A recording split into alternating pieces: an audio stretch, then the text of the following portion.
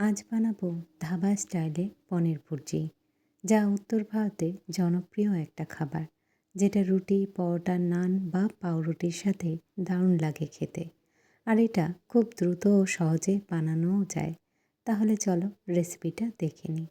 পনির ভুর্জি বানানোর জন্য এখানে নিয়েছি 200 গ্রাম পনির। পনিরটাকে প্রথমে হালকা গরম জলে 5 থেকে 6 মিনিট ভিজিয়ে রাখবো।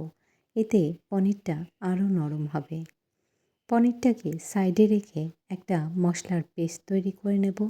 এর জন্য একটা বাটিতে হাফ চা চামচ হলুদ গুঁড়ো, হাফ চা চামচ জিরের গুঁড়ো, 1 চা চামচ ধনের গুঁড়ো, হাফ চা চামচ লাল লঙ্কার গুঁড়ো, 1 চা চামচ কাশ্মীরি লাল লঙ্কার গুঁড়ো আর হাফ চা চামচ গরম মশলা গুঁড়ো দিয়ে সামান্য জল মিশিয়ে পেস্ট তৈরি করে নেব।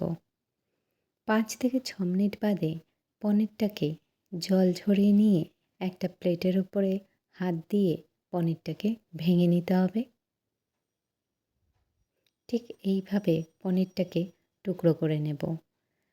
ধাবা স্টাইলে পনির ভুর্জি একটু বেশি রিচ হয়।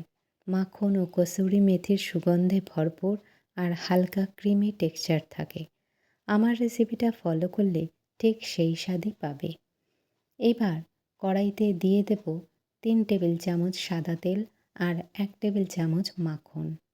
তেল আর মাখনটা হালকা গরম করে নিয়ে এর মধ্যে একটা বড় মাপের পেঁয়াজ কুচি দিয়ে দেব। পেঁয়াজটা মিহি করে কুচিয়ে নিয়েছি। পেঁয়াজটা সোনালি রং হওয়া পর্যন্ত ধৈর্য ধরে ভেজে নিতে হবে। এটাই কিন্তু রেস্টুরেন্ট বা ধাবার টেস্টের বেস বলতে পারো। পেঁয়াজটা ভাজার পরে এর মধ্যে দিয়ে দিচ্ছি আদা, রসুন ও কাঁচা লঙ্কা 1 টেবিল চামচ। ভালো করে কষিয়ে নেব যতক্ষণ না এর থেকে কাঁচা গন্ধ চলে যায়।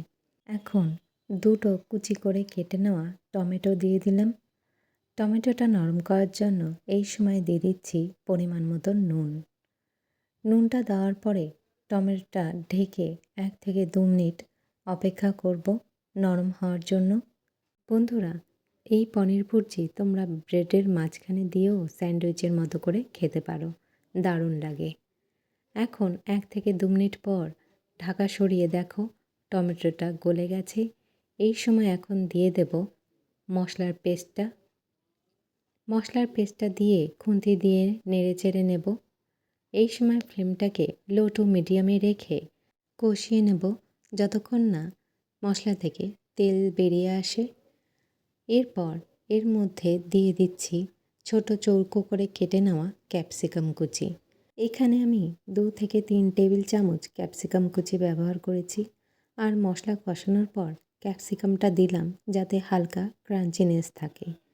ক্যাপসিকামটা দিয়ে আরও 1 মিনিট ভেজে নিলাম। এরপর এর মধ্যে ভাঙা পনিরের টুকরোগুলো দিয়ে 3 থেকে 4 মিনিট রান্না করব। এই সময় পনির দিয়ে বেশি ভাজবো না। আর নরম টেক্সচারের জন্য এখানে আমি হাফ কাপ হালকা গরম জল দিচ্ছি। এই সময় লো টু মিডিয়াম ফ্লেমে রেখে খুন্তি দিয়ে হালকা হাতে একটু নেড়ে চেড়ে নিলাম। 3 থেকে 4 মিনিট পর সামান্য চিনি দিচ্ছি যাতে টেস্টটা ব্যালেন্স থাকে। আর এরই সাথে শুকনো কড়াইয়ে ভেজে নেওয়া 1 টেবিল চামচ কসুরি মেথি দিয়ে দিলাম। কসুরি মেথি দেওয়ার পর এই পর্যায়ে আরও 1 চামচ মাখন দিয়ে দিলাম। এতে স্বাদটা দারুণ লাগে। প্রথমেই বলেছি ধাবা বা রেস্টুরেন্টের মতো পনির ভুর্জি একটু রিচ হয়, তাই আরও একটু রিচনেসের জন্য দিয়ে দেব 2 টেবিল চামচ ফ্রেশ ক্রিম। আর সবশেষে ধনেপাতা কুচি ছড়িয়ে দিয়ে গরম গরম পরোটার সাথে সার্ভ করব। দেখো দেখতে কতটা সুন্দর লাগছে, ঠিক খেতেও কিন্তু ততটাই ভালো হয়। তাহলে তৈরি করে নিলাম আজকে ধাবা স্টাইলে পনির ভুর্জি। এটা কিন্তু তোমরা ডিনারে বা ব্রেকফাস্টে যে কোনো সময়ই তৈরি করে নিতে পারো, আর খুবই কম সময় তৈরিও হয়ে যায়। তাহলে বন্ধুরা, এরকমের নতুন নতুন রেসিপির জন্য আমার চ্যানেলে সাবস্ক্রাইব করে বেল নোটিফিকেশন ক্লিক করে রেখো, যাতে আমার ভিডিও আসা মাত্রই তোমরা জানতে পারো। তাহলে আজ এই পর্যন্তই, ভালো থেকো।